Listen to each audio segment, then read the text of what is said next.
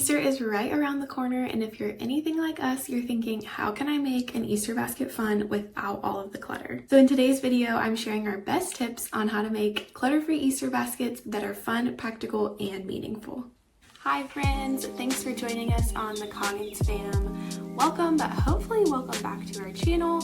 Whether you're a parent looking to simplify or you are just looking to make more intentional holiday memories, we're so glad you joined us, and let's jump in.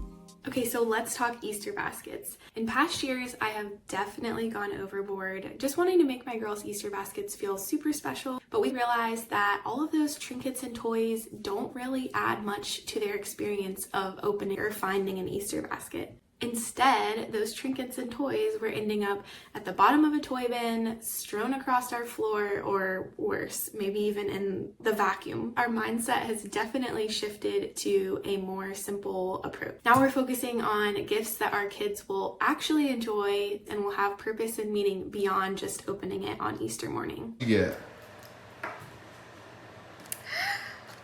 Macaroni! So I like to think of the Easter baskets in categories, the first category being consumables. So this would be things that get used up, don't stick around, and are used frequently in your house. Ideas for that would be snacks, bubble bath, art supply. The next category that I like to think about is practical gifts. So for this category, I would suggest think about things that you're already going to be buying your kids. It's spring, Easter's late this year, and so one thing that we're definitely going to be buying is new swimsuits, new water shoes.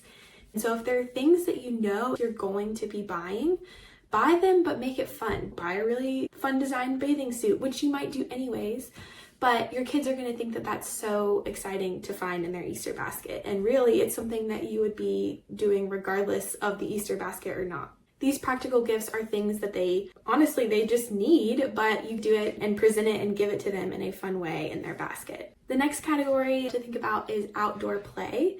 I know that you're still buying something and you're still bringing something into your home, but I really do think that there's an exception there when it comes to items and toys that encourage your kids to get outside and play. New chalk, if their chalk has run out, new bubbles, new yard toys. One thing my girls love is stepping stones. We have these stepping stones you can put across the yard, you can turn them into hopscotch, you can jump all over them.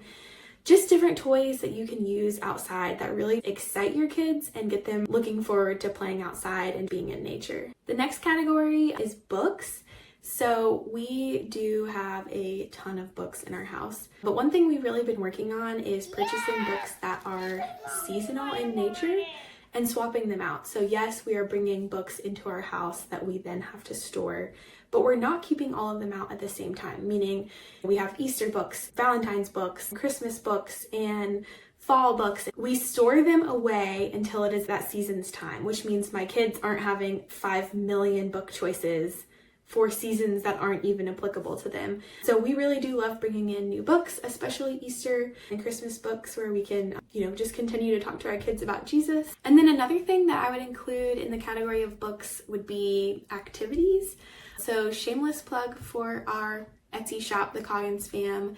We have an Easter nature scavenger hunt and an Easter activity workbook. Both of those things are really cool because they provide activity for your kids that you can print at home, but then they can have fun with it, play with it, do all the things, and then you can toss it. And then the digital download is still available to use next year and the year after. So I think things like that are really cool, things that you can print at home that you can use, and then they've served their time, they've done their place, and you can toss them and you still have that resource available for next year to do again. So I'll link both of those in the description. And then the last category would be experiences. I think this is just such a fun idea to be able to offer your kids tickets to the zoo, tickets to the movie, museum passes, things like that. My biggest thing with that is I love being able to put things in the Easter basket that they can tangibly see and use and feel like a gift is given.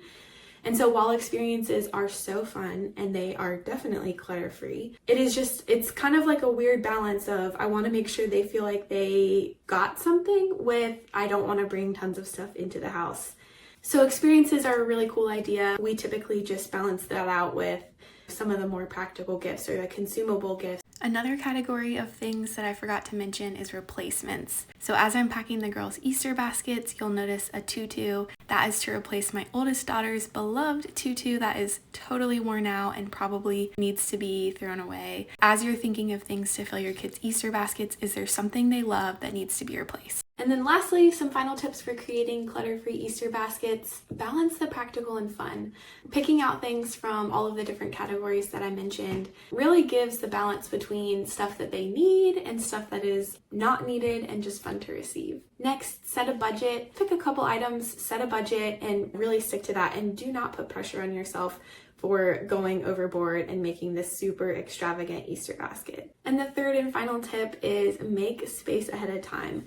So if you anticipate bringing in more outdoor toys, new clothes, certainly if those things are well loved and very worn, probably just toss those.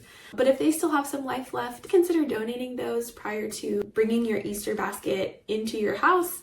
That's a great way to make space and not have an overabundance of the same items. Thoughtful, intentional gifts really can go a long way with your kids in making Easter morning special. If you have any other ideas outside of what we've shared, would love if you would leave that in the comments so that we can all have a huge list of ideas and resources to pull from. Thank you so much for watching this far. We are a new channel and it would mean so much to us if you would like, subscribe, or hit the notification bell. We hope you enjoyed this video. Happy Easter, friends.